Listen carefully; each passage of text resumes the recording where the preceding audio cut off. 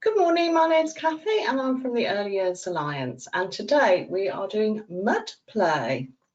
So this is an ideal activity for babies from about 9 months old and your toddlers. It's good when they are able to sit up unaided, and we are using some cocoa powder, some flour and some water. If you were doing it with older children, you could use some soil from the garden. This is actually compost, so it's nice and clean, and I bought this from the garden centre. So this is what you could use as something for older children to play in the garden with, and you can add some water to that. But because I'm doing it with babies, and we know that babies like to explore with their mouths, it's a sensory experience, and they will try and taste it probably. I'm going to make it edible. Please be mindful that I'm going to be using flour, and I might put some little bits of pasta in, so just be careful of any allergies that your children might have. So we want to get ready first for our mud play. So it's a messy play. So we want to prepare ourselves, and I'm going to wear my apron today. And you can put some old clothes on your children, and we are going to have a plastic mat underneath. You're doing it out indoors, and I've got a big tray as well, and you might want to have some water ready for hand washing afterwards, or even put them in the bath when they finish their play. So it's a great activity, as we said, to do with little ones. It's very sensory, so they will be able to touch it, and they will be able to see it and look at it and feel it. And this, because it's got some cocoa powder in, it will smell really nice as well. There are lots and lots of benefits to this activity. It covers all the prime areas in the early years foundation stage. So we'll be looking at communication and language, supporting their motor skills, which is their physical development, and also their social and emotional skills.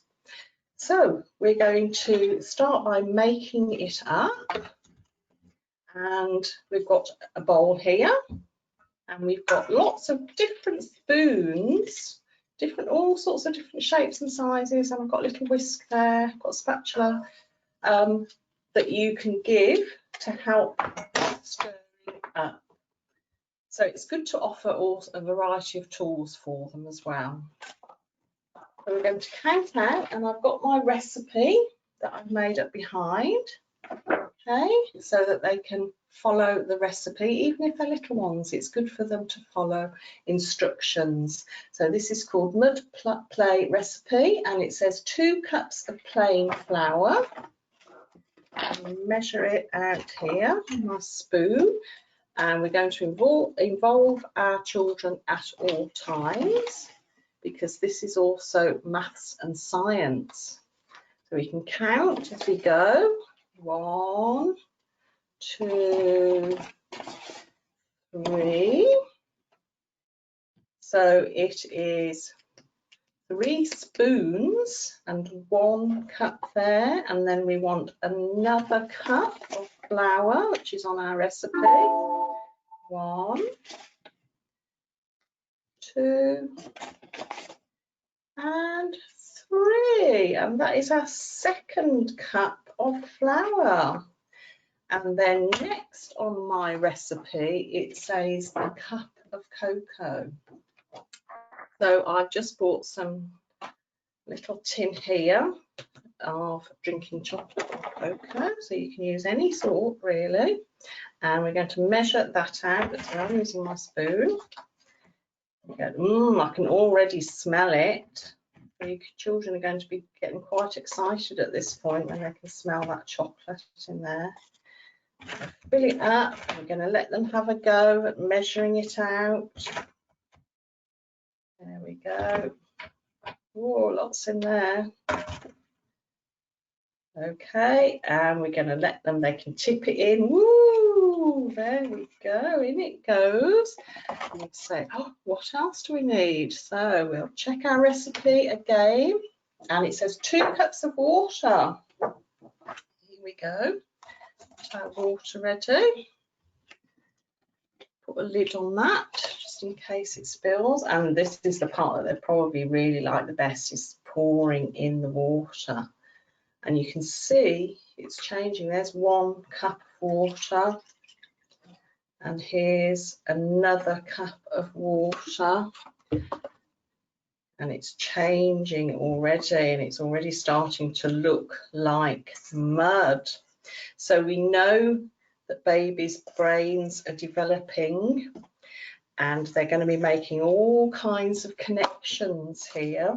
They'll be going to say, oh, look at the colour. It's changing here. And now it's getting really like mud. So they're going to associate this with mud here. And as we said, it's very sensory, so I can really smell that chocolate now, that cocoa powder in there. We can mix it up, and we can change if we want. We can use a different spoon. I think I'm going to try this whisk actually now and see.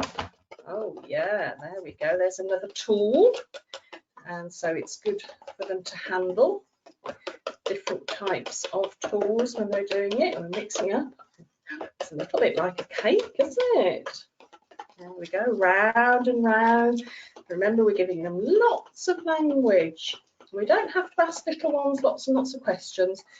We can just name things for them. So there it is. It's looking very smooth now. So I think it's probably ready for us to have a little play. So I've got a big tray that I'm going to tip it out onto. And here we go. And as they're little, they may just want to play with it with their fingers and squish it about. So again, we're going to be giving them lots of language skills about how it feels and what it looks like. So we'll talk about those other objects in a little bit. So I'm going to clear this out of the way. I'm going to tip it on to my tray. Here we go. Oh, I hope you can see that. That really is muddy.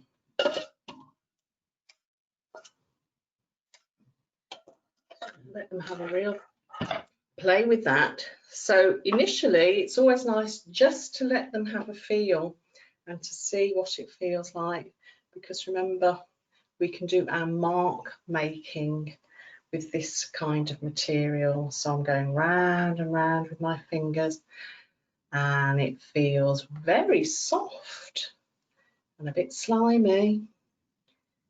And we can talk about the mud that we find out in the garden. We can talk about all the circle movements that we're making with our fingers. Go wee, round and round and round. And it's a nice sociable activity that you can do with your children. Have all that social interaction.